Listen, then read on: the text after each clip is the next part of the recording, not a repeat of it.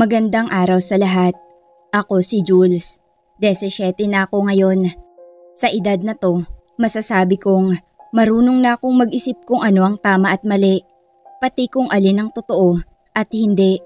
At dahil mas buo na ang isip ko, nagkaroon na rin ako ng tapang para ikwento ang kakaibang karanasan ko noong bata pa ako. 7 taong gulang ako noon. Nasa edad na marunong nang makilala ang mga tao sa paligid. Alam ko kung sino ang mga nakakasalamuha ko. Mga kapitbahay, kaklase at kamag-anak. Pero sa lahat ng naging kalaro ko, may isa akong hindi maipaliwanag. Hindi siya tao, kundi isang engkanto. Araw-araw, lagi kaming magkasama. Naglalaro kami ng taguan, habulan, at minsan nagkikwentuhan lang kahit hindi malinaw kung paano kami nagkakaintindihan. Pero ang sigurado, ramdam kong masaya kami. Parang tipikal lang na magkaibigan. Nagbibiruan, nagtatawanan, nag-aalitan minsan pero laging nagkakabati rin. Lumaki kasi akong nag-iisang anak. Ang tatay ko, isang seaman. Madalas wala sa bahay at laging nasa malayong bansa.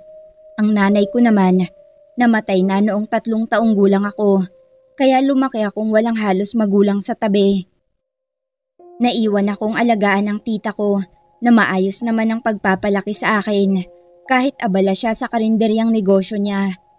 Sa umaga, halos hindi niya ako nababantayan dahil tutok siya sa pagtitinda. Kaya kadalasan, naiiwan ako sa likod ng bahay. Sa likod ng bahay namin, maraming puno at halaman. Para sa isang bata, nakakatakot o nakakaboring siguro yun. Pero para sa akin, iyon ang naging mundo ko. Doon ko nakilala si Arim, isang batang engkanto.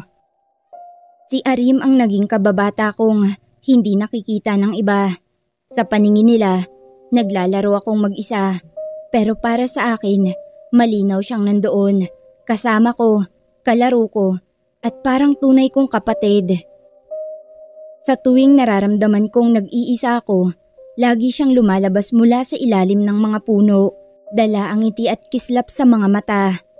Hindi ko alam kung bakit ako ang napili niyang maging kaibigan. Pero sa murang edad ko, hindi ko na rin yun inisip. Ang alam ko lang, hindi ako nag-iisa. Isang hapon, nagtatatakbo ako sa likod ng bahay. Gusto ko sanang maglaro ng taguan, kahit ako lang mag-isa. Umakyat ako sa malaking puno ng mangga para magtago. Pero bigla kong narinig ang mahinang tawanan mula sa ibaba.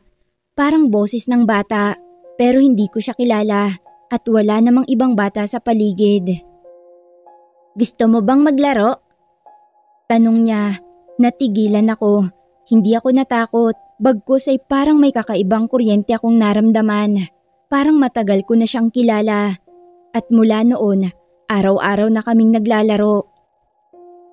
Habang tumatagal ang pagkakaibigan namin, mas lalo kong napansin na hindi ordinaryo si Arim. Madalas kapag naglalaro kami, biglang gumagalaw ang mga halaman sa paligid. May mga pagkakataon na nagtatago ako sa damuhan. Tapos kusa itong lumalaki at parang tinatakpan ako para hindi ako makita. Minsan naman, humahampas ang mga sanga ng puno na para bang sinasadya nitong hadlangan ang mga hahabol sa akin sa laro. Kapag gusto niya akong pasayahin, pinapabulaklak niya ang mga halaman kahit hating gabi na at napupuno ng kulay ang paligid. Pero hindi iyon ang pinaka nakakabighani. Sa tuwing umiiyak ako dahil sa kalungkutan, lalo na kapag namimiss ko ang nanay ko, may mga dahon na biglang nahuhulog mula sa puno at sa bawat bagsak nito sa lupa, unti-unti akong kumakalma. Para bang ang kalikasan mismo ang niyayakap ako. Hindi ko agad inisip na kakaiba yon. Bata pa ako noon at ang alam ko lang ay may kaibigan akong nagmamalasakit at nagpapasaya sa akin. Isang hapon, habang abala ang tita ko sa paghuhugas ng mga plato sa labas ng karinderya, natanaw niya ako sa likod bahay. Naglalaro daw ako mag-isa, tumatakbo-takbo na parang may hinahabol. Pero ang higit niyang ikinataka, napansin niyang gumagalaw ang mga halaman at damo sa paligid ko. Hindi dahil sa hangin, kundi parang sumusunod sa bawat kilos ko. Ang mga dahon ay tila sumasabay sa pagtawa ko at ang mga damuhan naman ay parang kusang nagbubukas ng daan kapag tumatakbo ako. Napahinto siya sandali, napakunot ang noo at mahina niyang nausal. Ano bang nangyayari sa batang to? Pero bago pa man ako magkwento tungkol sa kanya, sinabi na agad ni Arim na dapat lihim lang ang pagkakaibigan namin. Huwag mong ipagsasabi kahit kanino ha. Seryoso niyang bilin sa akin. Kapag may ibang nakakaalam, baka mawala ako at hindi na tayo magkita. Dahil bata pa ako noon at takot na mawala ang tanging kaibigan ko, agad akong sumang-ayon. Kaya kahit nakita na ng tiyahin ko ang mga halaman na parang kusang gumagalaw habang naglalaro ako, hindi ko kailanman nabanggit sa kanya ang tungkol kay Arim. Kapag tinatanong niya kung bakit ang saya-saya ko kahit mag-isa, palagi kong sagot ay naglalaro lang ako sa ilalim ng mga puno. Huwag mong ipagsasabi ang tungkol sa akin, Jules. Kasi madabing malas ang tingin sa mga kauri ko. Baka palayasin ako dito at ayoko ring mawalan ng kalaro. Medyo nalito ako noon, kaya agad akong sumagot. Hala, bakit naman? Mabait ka naman ah. Kapag nahuli tayo ni tita, sasabihin ko na mabait ka sa akin. Mabait din naman si tita, hindi ka niya papalayasin. Umiling si Arim, seryoso ang muka. Kahit na Jules, wag mo pa rin ikikwento kasi bawal na may makaalam. Pag sinabi mo, hindi na ako magpapakita sa'yo. Sige na, pangako mo. Napatango na lang ako. Medyo kinakabahan sa sinabi niya. Hindi ko kayang mawala siya. Sige. Sige Arim. Secret lang natin to. At mula noon, itinata ko na sa isip ko na anuman ang mangyari, kami lang ni Arim ang dapat nakakaalam ng pagkakaibigan namin. Isang araw, laking tuwa ko nang umuwi si Papa mula sa biyahe niya. Pagkababa pa lang niya ng tricycle, mabilis na akong tumakbo palabas ng bakuran para salubungin siya. Mahigpit ang yakap ko sa kanya, parang ayoko na siyang pakawalan. Bit-bit niya ang malaking bag na puno ng pasalubong, mga tsokolate na galing sa ibang bansa, damit na bago at kung ano-anong laruan na ikinangiti ko ng sobra. Para bang bigla akong nakalimot sa lahat ng lungkot na naramdaman ko habang wala siya. Pero higit pa sa pasalubong ang ikinatuwa ko nang sabihin niyang kalahating taon muna siyang mananatili sa bahay. Ang saya ng pakiramdam. Sa wakas, may makakasama akong magulang. Hindi lang puro tita ang nakikita ko, kundi mismong tatay ko na matagal ko ring hinintay. Gabi-gabi, mas masarap kumain kapag siya ang kaharap ko sa mesa. Sa umaga, gigising ako ng mas maaga kasi excited akong makita siyang nandoon lang. Hindi nagmamadaling umalis. Parang biglang nabuo yung kulang sa buhay ko. Pero habang lumilipas ang mga araw, unti-unti kong napapansin ang pagbabago. Ang tatay na inaasam kong makakasama at makalaro, biglang naging parang ibang tao. Lagi siyang iritable. Konting ingay ko lang ay napapakunot na agad ang noo niya. Kapag inaaya ko siyang maglaro, gamit ang mga laruan na siya rin mismo ang nag-uwi, iniiwasan lang niya ako. Wala akong oras dyan. Palagi niyang sagot kasabay ng mabigat na buntong hininga. Sa bawat araw na lumilipas, lalo kong naramdaman na parang inis na inis siya sa presensya ko. Hindi ko alam kung may mali akong nagawa o baka dahil sanay siyang mag-isa sa barko at hindi na marunong makisama sa akin. Ang masakit, habang ako'y sabik na makasama siya, ramdam ko namang ayaw niya ng oras na ginugugol ko sa kanya. Minsan, nagkukulong na lang siya sa kwarto at ako na may naiiwan sa labas. Yakap-yakap ang mga laruan at pasalubong na unti-unting nawawala ng halaga. Sa tuwing ramdam kong hindi ako pinapansin ni Papa, si Arim ang lagi kong hinahanap. Kapag napapagalitan ako ng wala namang dahilan o kapag umiiwas na naman siya sa mga tanong at laro ko, Tumatakbo agad ako sa likod bahay. Doon, sa ilalim ng mga puno, naghihintay si Arim na parang alam na agad ang lahat ng nangyari. Hindi ko na kailangang magsalita pa. Nakikita niya sa mukha ko ang lungkot. Kaya bigla na lang gagalaw ang mga halaman sa paligid. Ang mga dahon ng puno, babagsak na parang ulan. At ang damuhan ay unti-unting yayakapin ang paligid namin. Doon ako muling nakakangiti kahit umiiyak pa ako. Huwag ka nang malungkot, Jules. Andito lang ako, hindi ka nag-iisa. Malumanay niyang bulong habang pinapabulaklak ang mga halaman kahit gabi na. Hanggang sa dumating sa punto na hindi na lang sa salita natatapos ang galit ni Papa. Minsan, bigla na lang niya akong sinasaktan. Binubugbog niya ako kahit wala akong ginagawang mali. At kapag umaawat si tita, nadadamay din siya. Walang magawa si tita kundi umiyak at tanggapin dahil totoo namang kami ay dumedepende lang sa kinikita ni Papa. Siya lang ang bumubuhay sa amin. At sa tuwing susubukan naming lumaban, palagi niyang ipinapaalala na wala kaming karapatan dahil siya ang nagpapakain sa amin. Lalong sumama ang sitwasyon nang masanay si Papa sa pag-inom. Halos gabi-gabi, umuwi siyang amoy alak, nagwawala at naghahanap ng gulo. Kapag lasing siya, mas mabilis uminit ang ulo niya at kahit maliit na bagay, pinapalaki niya.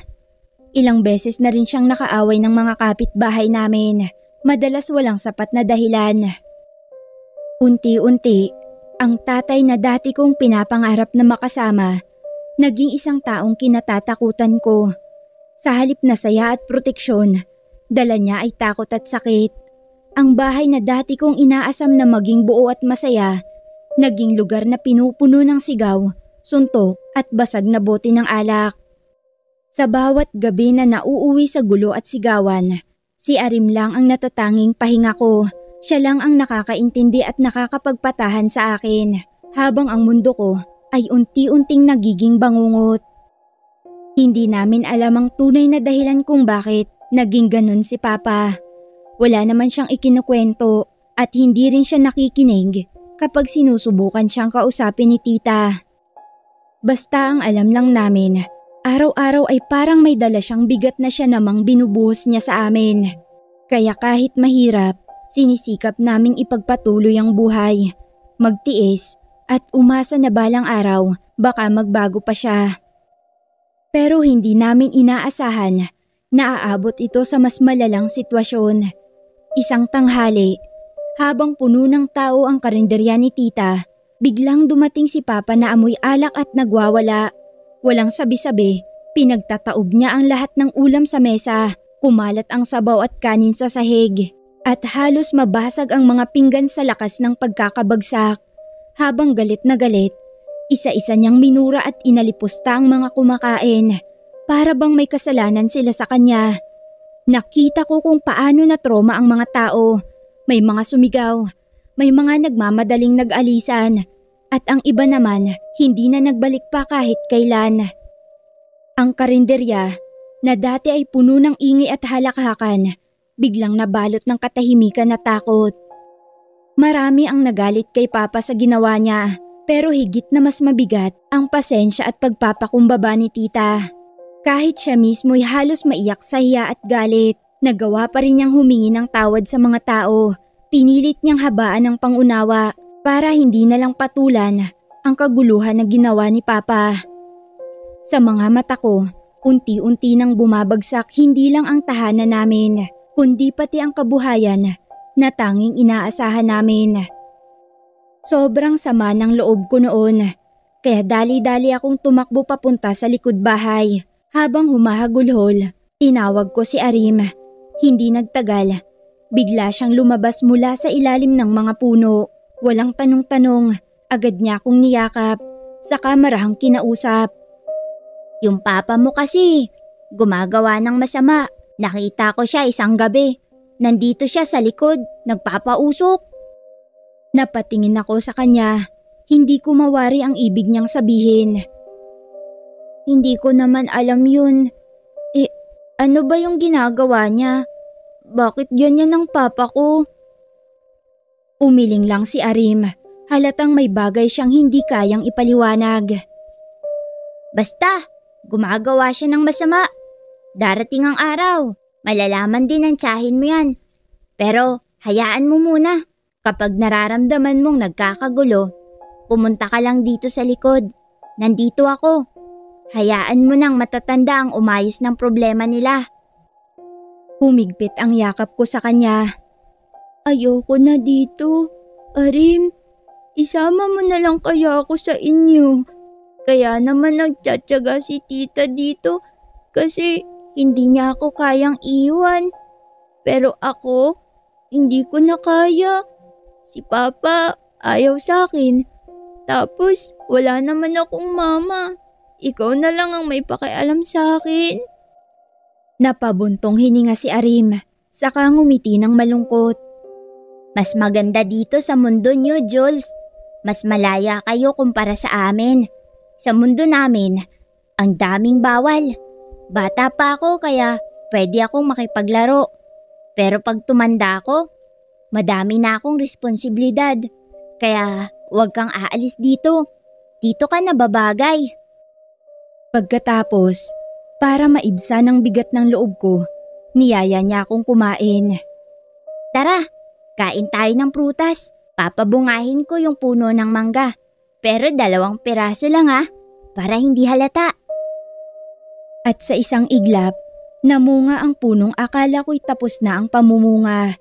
Kinuha niya ang 2, iniabot sa akin at sabay kaming kumain sa ilalim ng mga dahon. Parang walang problema, kahit panandalian lang. Pag-uwi ko sa bahay, gaya ng inaasahan ko, tulog na tulog si Papa sa banig. Amoy alak at usok ang paligid. Si tita naman, nakayuko habang naglilinis ng mga pinagkalatan niya. Mga basag na plato, kalat ng ulam at mga basang baso sa sahig. Napatigil ako sandali para siyang walang sariling buhay. Tinitiis ang lahat para sa kapatid niyang unti-unting napapariwara. Doon ako biglang nakaramdam ng awa sa kanya. Nang mapansin niya ako, agad niya akong nilapitan. Niyakap niya ako ng mahigpit at sa unang pagkakataon, siya ang unang humagulgol. Anak, pasensya ka na ha. Hindi dapat ikaw ang nakakakita ng ganito. Alam kong nahihirapan ka, pero nahihirapan rin ako. Humigpit pa ang yakap niya habang nanginginig ang boses. Wala na ang mama mo, tapos si papa mo, hindi na natin maabot. Hindi ko na alam kung hanggang kailan ko pa kaya. Pero para sa'yo, tinitiis ko para hindi ka mawala ng tahanan. Napaiyak na rin ako. Sabay kaming umupo sa sahig na parang 2 taong parehong pagod, parehong sugatan, at parehong walang kasiguraduhan sa kinabukasan. Niyakap ako ni tita ng mas mahigpit. Ramdam ko ang pagtibok ng puso niya na parang sabay sa bigat ng bawat salitang binitawan niya. Nalaman ko sa mga tao sa labas. Nagdodroga ang papa mo. Hindi na rin siya makakabalik sa barko kasi gumawa siya ng iligal habang nakasampa. Mahal na mahal kita, Jules. Hayaan mo. Kapag nakaipon si tita, aalis tayo. Wala nang pag-asa ang papa mo. Napatingin ako sa kanya. Nangingilid ang mga luha ko. Tita, kawawa naman siya. Wala na mag-aalaga sa kanya. Wala na ba talaga siyang trabaho? Umiling si tita. Nanginginig ang baba habang pinipigilan ng hagulgol. Wala na, Jules. Pero hindi natin siya iiwan dahil wala na siyang silbi. Aalis tayo para hindi tayo madamay sa pinili niyang landas. Napahawak ako sa braso niya. Mahigpit na kumapit na para bang natatakot na mawala siya. Sige po, tita. Basta wag niyo po akong iiwan sa kanya.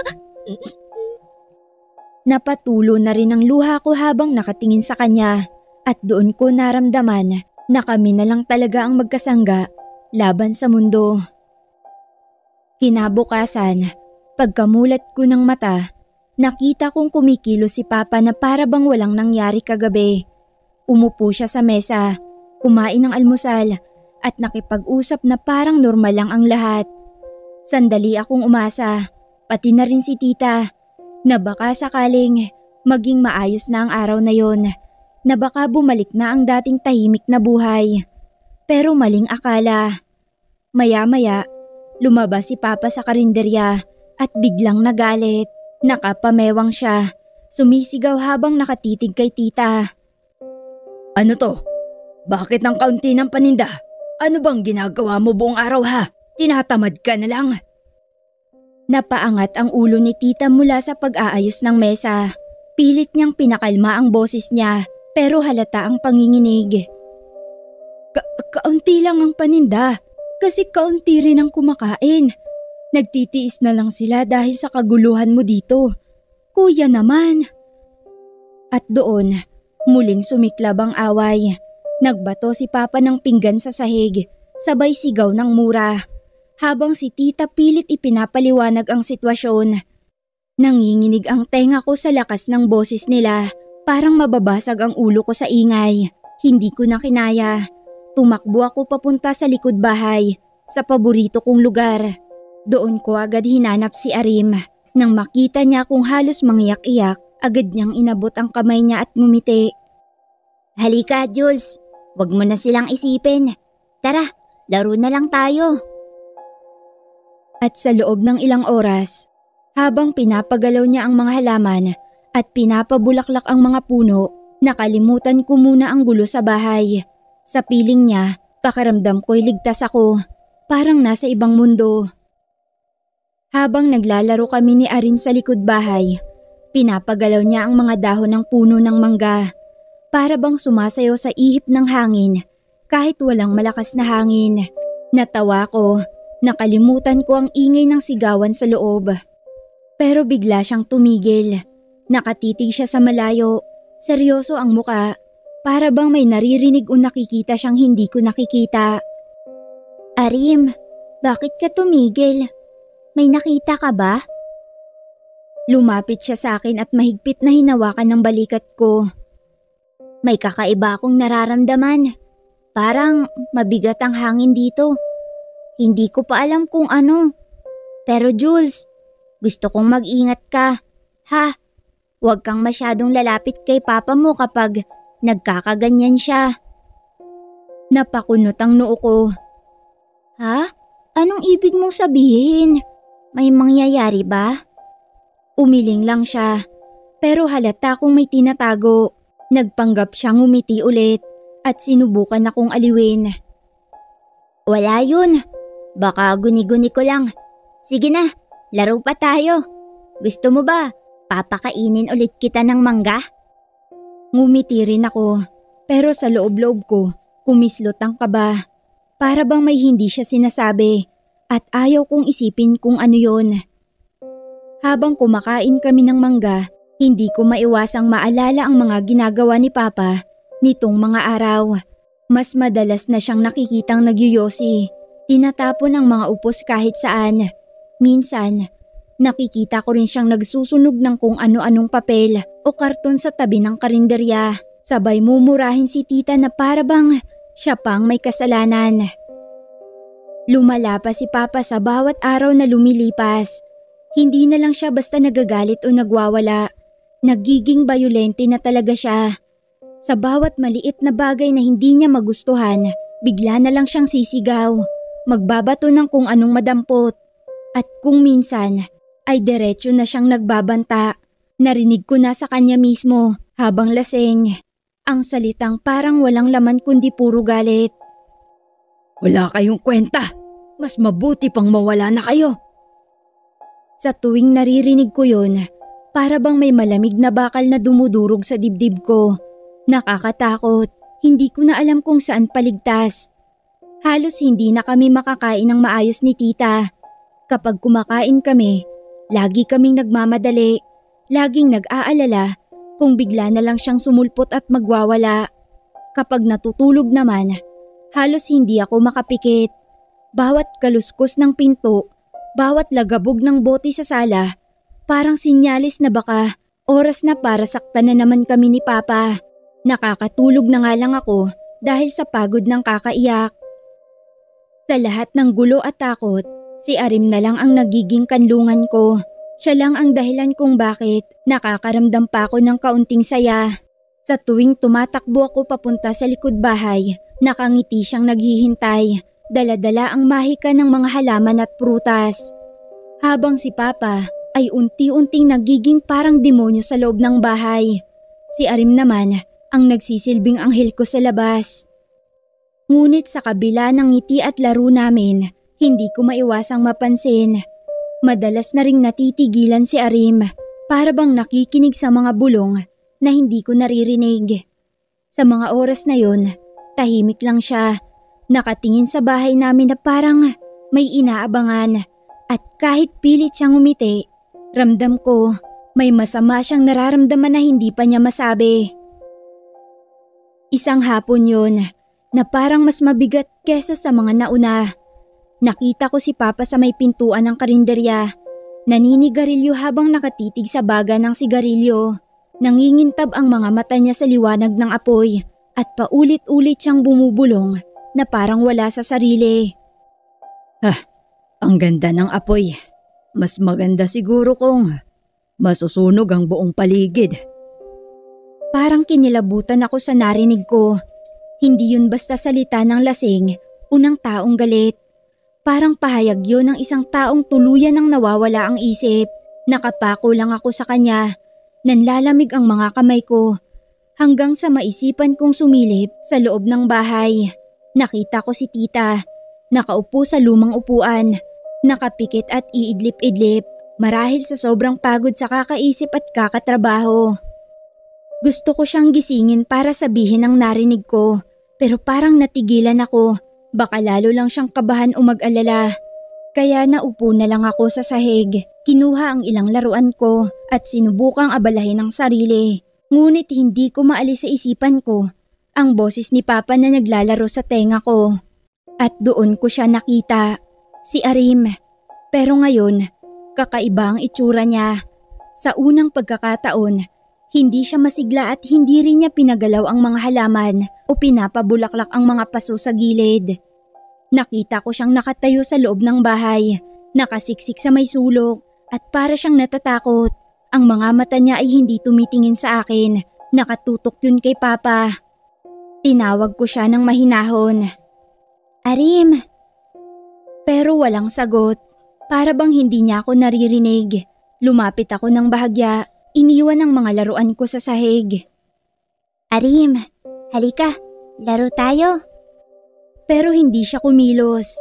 Nakita ko na lang na dahan-dahan siyang napaiyak. Ang mga luha niya bumabagsak sa sahig na parang mabibigat na patak ng ulan. Ngayon lang ako nakakita ng engkantong umiiyak at mas lalo akong kinabahan. Bago pa man ako makalapit sa kanya, bigla siyang naglaho na parang tinaboy siya ng bigat ng presensya ni Papa sa loob ng bahay. Naiwan akong tulala, nanlalamig at mas lalo akong nakaramdam ng pangamba. Hanggang sa biglang nag-iba ang amoy ng paligid. Una, akala ko'y nagkamali lang ako ng pakiramdam. Pero habang tumatagal, mas lumalakas ang matapang na amoy.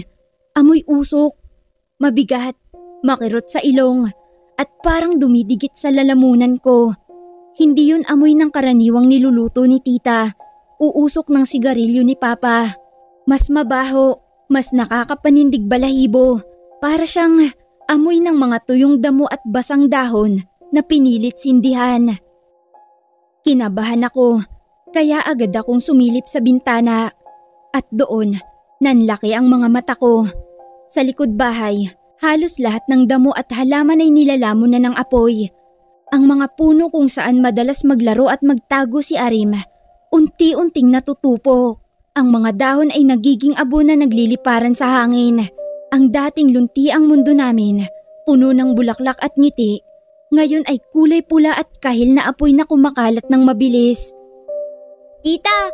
Tita! Sunog! Pasigaw kong tawag. Nanginginig ang tinig ko. Nagulat si Tita.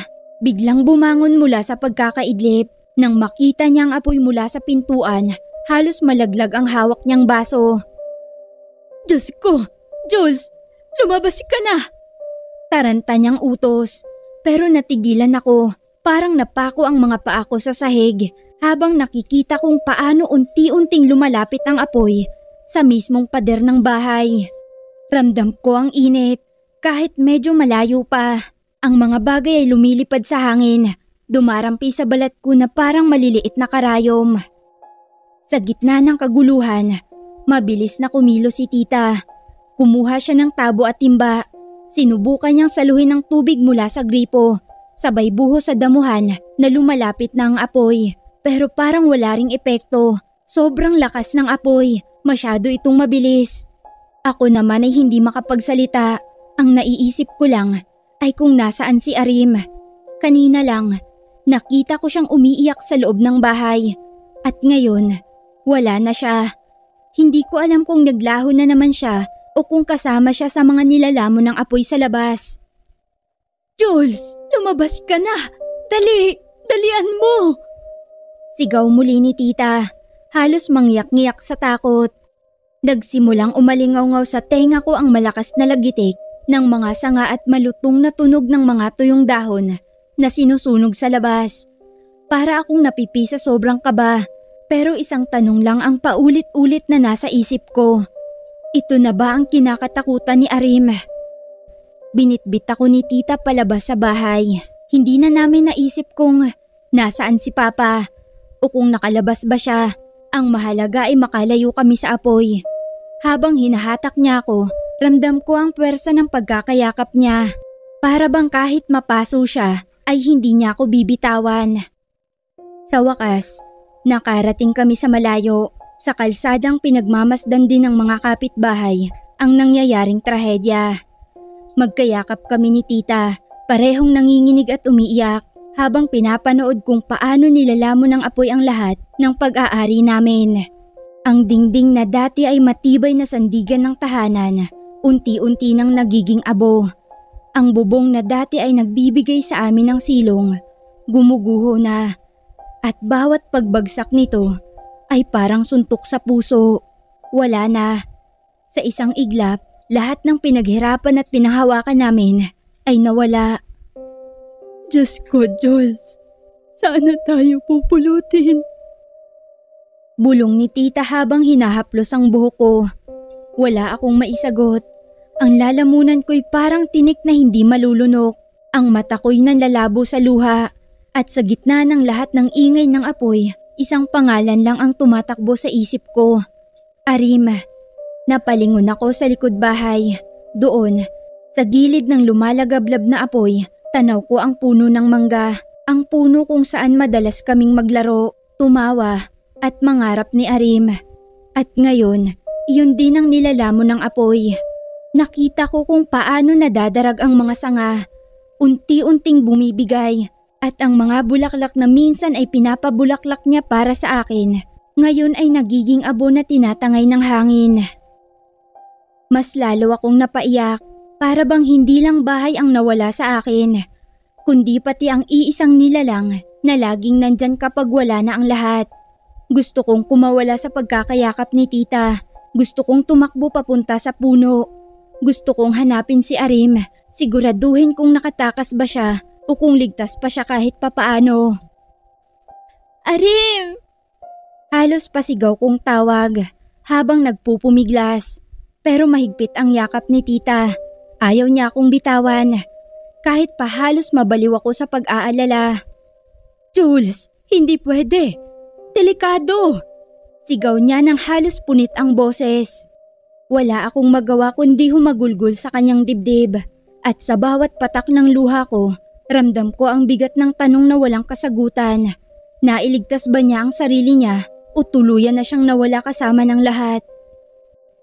Humupa na rin sa wakas ang apoy matapos ang ilang oras na walang tigil na paglaban ng mga kapitbahay at bombero. Ngunit huli na ang lahat.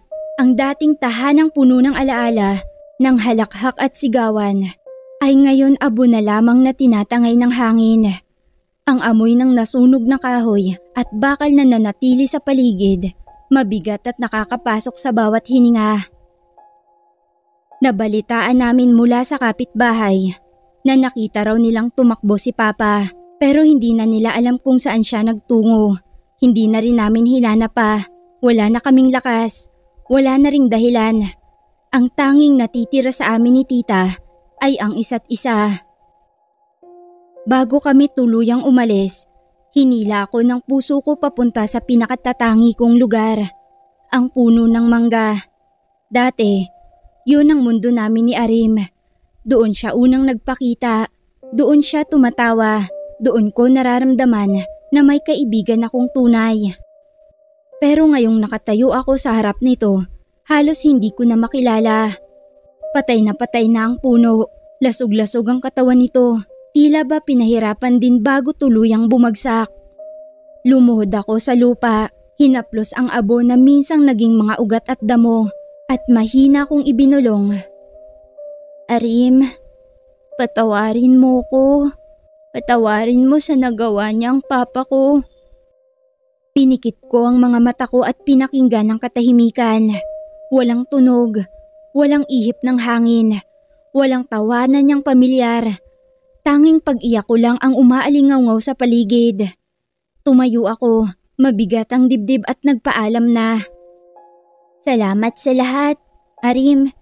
Kahit saglit lang, naging masaya ako.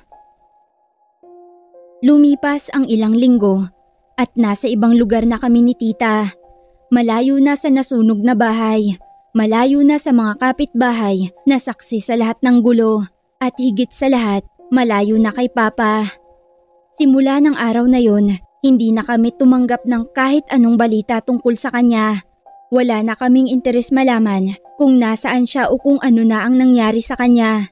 Para sa amin, sapat na ang sakit at takot na idinulot niya. Pinili naming manahimik, tahimik sa bagong tahanan, tahimik sa bagong buhay. Pero kahit anong subok kong ibalik ang normal na araw, hindi pa rin matanggal sa isipan ko ang lahat ng nangyari.